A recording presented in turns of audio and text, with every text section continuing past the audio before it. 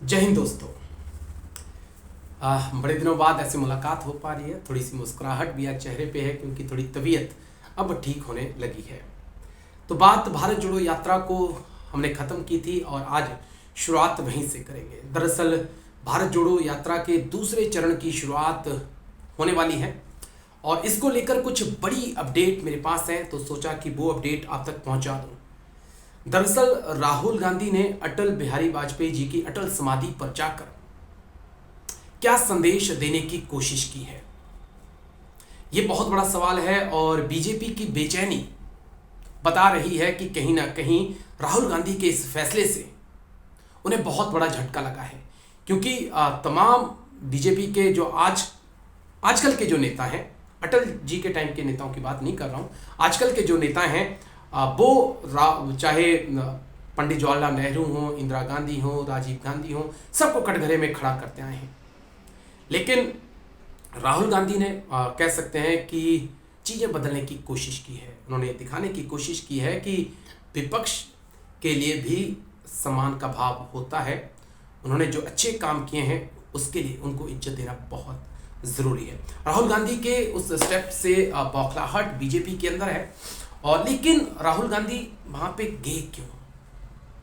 क्या राहुल गांधी ने अटल जी की समाधि पर जाकर उनके चरण छूकर अटल जी की विचारधारा को अपनाने वाले नेताओं को अपने साथ लाने की कोशिश तो नहीं की है? यह बहुत बड़ा सवाल है, क्योंकि इस वक्त भी बीजेपी के अंदर बहुत नेता ऐसे हैं जो अटल विचारधारा पर चलते हैं, जो मोदी और शाह की विचारधारा से तालमेल नहीं रखते, ना उस पर विश्वास रखते हैं।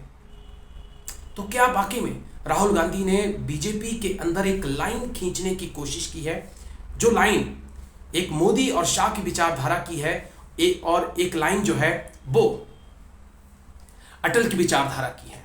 वो तमाम दिग्गज नेता जिन्होंने अटल जी के सामने, अटल जी के साथ काम किया है, वो मानते हैं कि बीजेपी की विचारधारा नहीं है।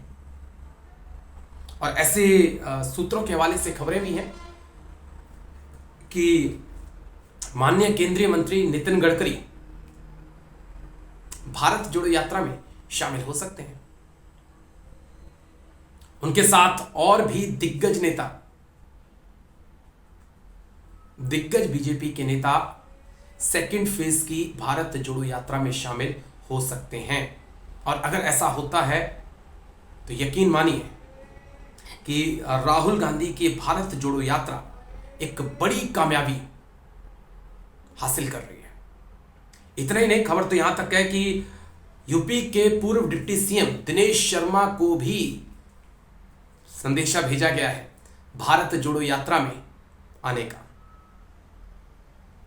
तो राहुल गांधी का अटल बिहारी वाजपेयी जी की समाधि पर जाना, वहां पे पुष्प अर्पित करना, बीजेपी की बेचैनी और बीच बीच में नितिन गडकरी और तमाम दूसरे बड़े नेताओं का मोदी शाह की विचारधारा से तालमेल ना रखना, इस बात के संकेत है कि आने वाले वक्त में कि ऐसा ना हो कि नाराज होकर ये सारे भारत जोड़ो यात्रा में अगर एक दिन के लिए भी ये शामिल हो गए तो समझिए जो शाह की रणनीति है, चाणक्य की जो रणनीति है, उसे एक बहुत गहरा धक्का 2024 से पहले पहुंच सकता है। अब सेकेंड फेज की शुरुआत होनी है और कह सकते हैं कि अभी तक क्या कांग्रेस को मिला, क्या कांग्रेस ने इस भारत जोड़ो यात्रा से हासिल किया, कहना थोड़ी जल्दबाजी होगा। लेकिन यस, एक लीडर के तौर पर कांग्रेस को राहुल गांधी मिले हैं। जिस प्रकार से कह सकते हैं कि कांग्रेस में पिछले कुछ सालों से एक लीडरशिप का अभाव था, कोई एक इंसान नहीं था जिसके आसपास से चीजें घूमती हो, सब बिखरा बिखरा सा नजर आ रहा था। तो कोशिश कह सकते हैं कि एक भारत जोड़ो यात्रा के माध्यम से राहुल गांधी ने की है कि तमाम चीजों को एक बार फिर से जोड़ा जाए, मजबूत किया जाए और उसके बाद आगे बढ़ा जाए। तो ये तो चलो आने वाला वक्त बताएगा। लेकिन यस, राहुल गांधी के खुद के लिए शायद ये यात्रा बहुत जरूरी थी। जैसे कि किसी ने कहा है कि जब कोई यात्रा पे निकलता है तो कहीं ना कहीं पहुंच जाता है। तो राहुल गांधी 3000 किलोमीटर की यात्रा कर चुके हैं, तो यकीन मानिए कि कहीं ना कहीं वो भी पहुंच जरूर जाएंगे। और इन यात्राओं से ही सत्ताएं बनती हैं, बदलती हैं, सत्ताएं गिरती हैं। अब राहुल गांधी कितना कामयाब हो पाते हैं ये तो नहीं जानता, लेकिन इतना जरूर है कि भारत जोड़ो यात्रा ने बीजेपी की बेचैनी बढ़ा दी है। जिस राहुल गांधी की इमेज को खराब करने के लिए बीजेपी ने पानी की तरह पैसा बहा दिया, वो शायद इस यात्रा के बाद नुकसान बीजेपी का हो गया, क्योंकि नजरिया लोगों का अब बदला है। और एक चीज और, राहुल गांधी की टी शर्ट को लेकर भी तमाम अभी भी लोगों के सवाल हैं। और सच मानिए, देखिए अभी मैं भी पूरी जैकेट जोकेट पहन के बैठा हूं, लेकिन उस इंसान की डेडिकेशन को सैल्यूट करना होगा आपको, कि जब आप रजाई में से नहीं निकल पा रहे, वो टी शर्ट में सड़क पे चल रहा है, उसके लिए डेडिकेशन चाहिए। चलिए, भारत जोड़ो यात्रा कब शुरू होती है, कब श्रीनगर पहुंचती है, नजर बनी रहेगी। कौन इसमें शामिल होता है, कौन नहीं होता है, इस पर भी नजर बनी रहेगी। लेकिन इतना जरूर है, दो तीन चीजें, कि ये बीजेपी के अंदर राहुल गांधी ने एक लाइन खींचने की कोशिश की है, और उन्होंने ये बताने की कोशिश की है कि मोदी शाह की बीजेपी अटल की बीजेपी से अलग है। और ये कोशिश उनकी तरफ से की गई है।